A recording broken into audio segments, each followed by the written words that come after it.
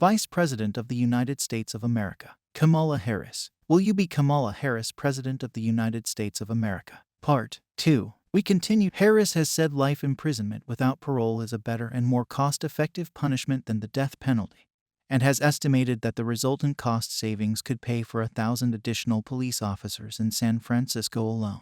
During her campaign, Harris pledged never to seek the death penalty. After a San Francisco Police Department officer, Isaac Espinoza, was shot and killed in 2004, U.S. Senator Dianne Feinstein, U.S. Senator Barbara Boxer, Oakland Mayor Jerry Brown, and the San Francisco Police Officers Association pressured Harris to reverse that position, but she did not. When Edwin Ramos, an illegal immigrant and alleged MS-13 gang member, was accused of murdering a man and his 2 sons in 2009, Harris sought a sentence of life in prison without parole, a decision Mayor Gavin Newsom backed. In 2004, Harris recruited civil rights activist Latifah Simon to create the San Francisco Reentry Division. The flagship program was the Back on Track Initiative, a first-of-its-kind reentry program for first-time nonviolent offenders aged 18-30.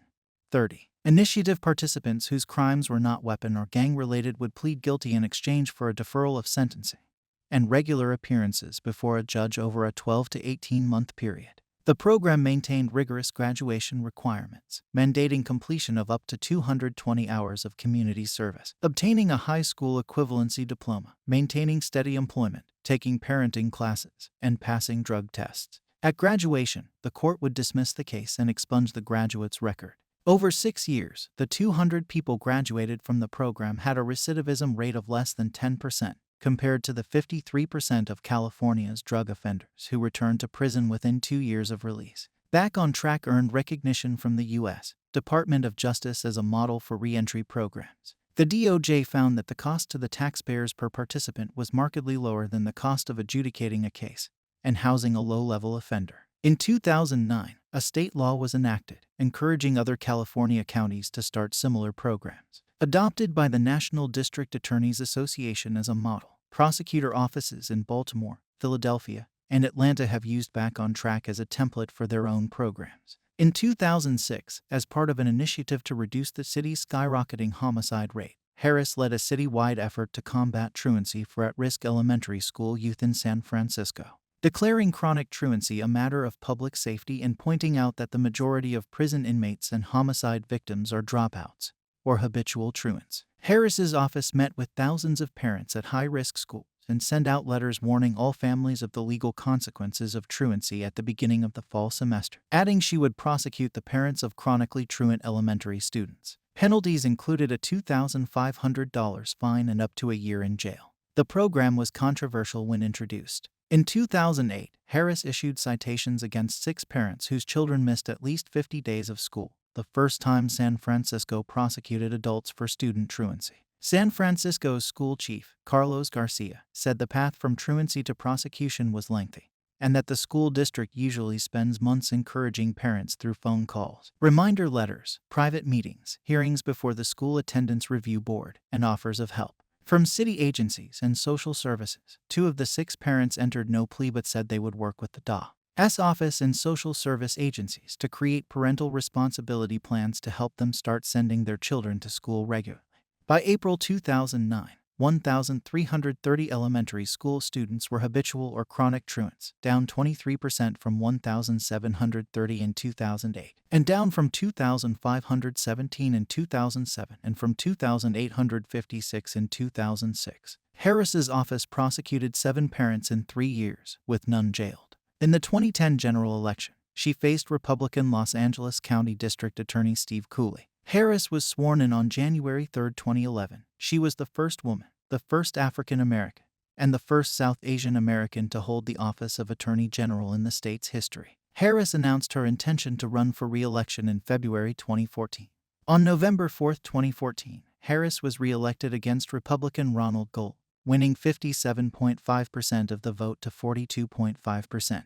In 2011, Harris obtained 2 of the largest recoveries in the history of California's False Claims Act over excess state Medi-Cal and federal Medicare payments. In 2012, Harris leveraged California's economic clout to obtain better terms in the national mortgage settlement against the nation's 5 largest mortgage servicers. Harris worked with Assembly Speaker John Perez and Senate President pro tem Darrell Steinberg in 2013 to introduce the Homeowner Bill of Rights, considered one of the strongest protections nationwide against aggressive foreclosure tactics. In 2013, Harris declined to authorize a civil complaint against One West Bank, owned by an investment group headed by Stephen Mnuchin.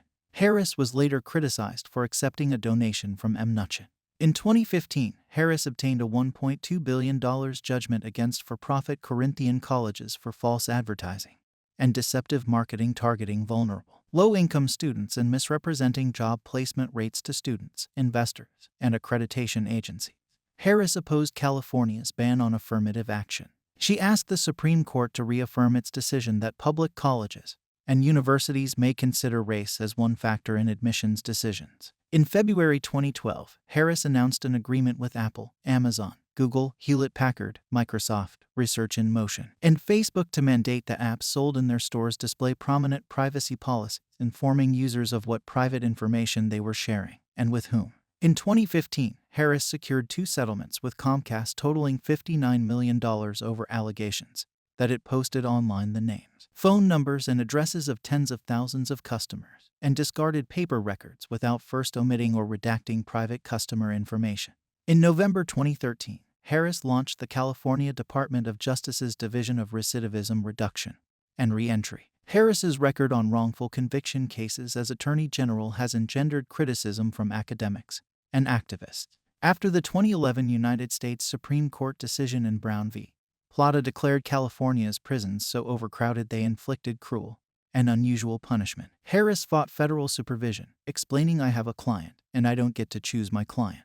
In September 2014, Harris's office argued unsuccessfully in a court filing against the early release of prisoners, citing the need for inmate firefighting labor. After being elected, Harris declared her office would not defend Prop 8, a state constitutional amendment providing that only marriages between a man and a woman are valid. And in February 2013, she filed an amicus curiae brief arguing Prop 8 was unconstitutional. In 2014, Attorney General Kamala Harris co-sponsored legislation to ban the gay and trans panic defense in court, which passed. Harris appealed a federal ruling in favor of a transgender inmate's request for sex reassignment surgery to the Ninth Circuit Court of Appeals, arguing that psychotherapy and hormone therapy were sufficient medical treatment, although she said she ultimately pushed the California Department of Corrections and Rehabilitation to change their policy. In 2019, Harris stated that she took full responsibility for briefs her office filed in this case and others involving access to gender-affirming surgery for trans inmates.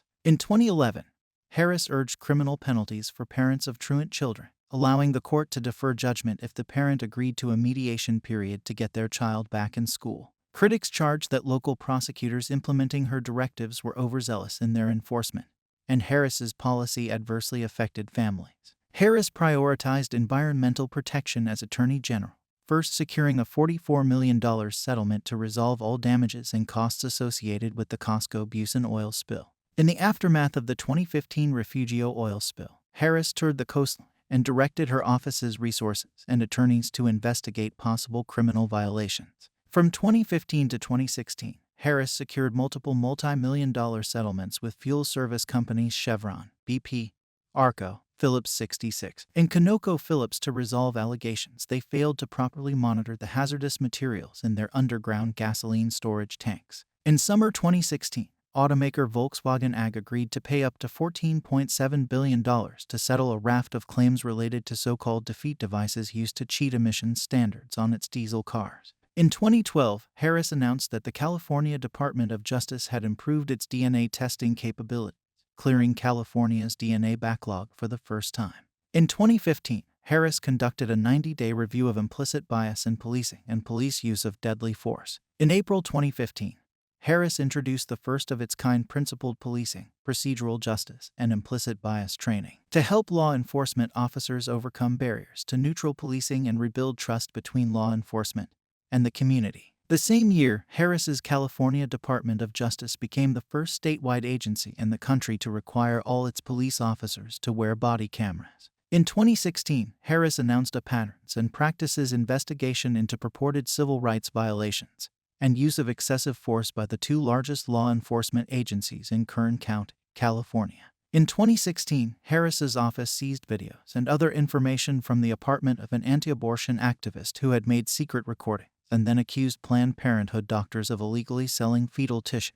In 2011, Harris created the E-Crime Unit within the California Department of Justice, a 20-attorney unit targeting technology crimes. In 2015, several purveyors of so-called revenge porn sites based in California were arrested, charged with felonies, and sentenced to lengthy prison terms. In 2016, Harris announced the arrest of Backpage CEO Carl Furr on felony charges of pimping a minor, pimping, and conspiracy to commit pimping, alleging that 99% of Backpage's revenue was directly attributable to prostitution-related ads, many of which involved victims of sex trafficking, including children under the age of 18.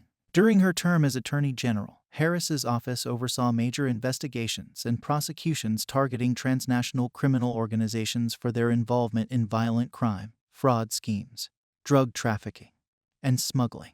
In summer 2012, Harris signed an accord with the Attorney General of Mexico, Marisela Morales, to improve coordination of law enforcement resources targeting transnational gangs engaging in the sale and trafficking of human beings across the San Isidro border crossing. After more than 20 years as a U.S. Senator from California, Senator Barbara Boxer announced on January 13, 2015, that she would not run for re-election in 2016. Harris announced her candidacy for the Senate seat the following week. Harris was a top contender from the beginning of her campaign. The 2016 California Senate election used California's new top two primary format, where the top two candidates in the primary would advance to the general election regardless of party. On February 27, 2016, Harris won 78% of the California Democratic Party vote at the party convention, allowing Harris's campaign to receive financial support from the party. 3 months later, Governor Jerry Brown endorsed her. In the June 7th primary, Harris came in first with 40% of the vote and won with pluralities in most counties. Harris faced Representative and fellow Democrat Loretta Sanchez in the general election. It was the first time a Republican did not appear in a general election for the Senate since California began directly electing senators in 1914. On July 19, President Barack Obama and Vice President Joe Biden endorsed Harris. In the November 2016 election, Harris defeated Sanchez, capturing over 60% of the vote, carrying all but 4 counties. Following her victory, she promised to protect immigrants from the policies of President-elect Donald Trump and announced her intention to remain Attorney General through the end of 2016. 2017 on January 28, after Trump signed Executive Order 13,769, barring citizens from several Muslim-majority countries from entering the U.S. for 90 days, she condemned the order and was one of many to describe it as a Muslim ban. She called White House Chief of Staff John F. Kelly at home to gather information and push back against the executive order. In February, Harris spoke in opposition to Trump's cabinet picks Betsy DeVos for Secretary of Education and Jeff Sessions for United States Attorney General. In early March, she called on Sessions to resign, after it was reported that Sessions, who had previously stated he did not have communications with the Russians, spoke twice with Russian Ambassador to the United States Sergei Kislyak.